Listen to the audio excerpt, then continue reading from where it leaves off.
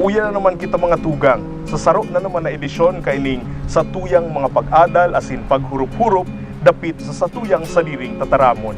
Happy Easter maugmang panahon in pagkabuhay liwat. Ako po si Vic Nierva. Padagos tananggad na to karon ang nawalatang tema na iyo ang pagbaybay kan mga tanog nin mga patanog o vowels. Kun kaya, sa masunod na nagkapirang minuto, madyan na, magbikol kita. Bago kan Semana Santa, tinukartaan inot na reglamento kan pagbaybay nin mga patanog sa Bicol. Ang reglamento kan patanog na I.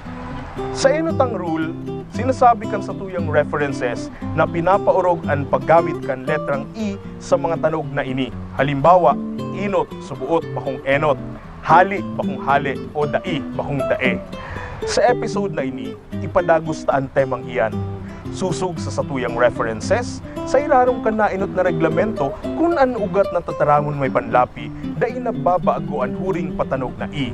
Kun kaya, ugali bakong ugali, asin kun ini may panlapi o affect sa libawa, nakaugalian, siring man giraray, gagamiton ang letrang I. Kun kaya, nakaugalian. Siring man kaini ang tataramon na sangli, na nagiging masanglian, o dali na nagiging hidalion. Ngunyan, paano man ang tanog kan patanog na o?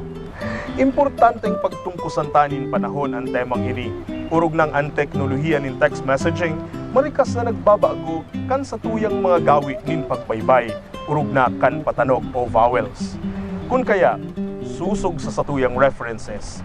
Kung ang tanog na o nasa hurihan na silaba, gamiton subuot ang patanog na o, bakong u. Uya ang mga halimbawa.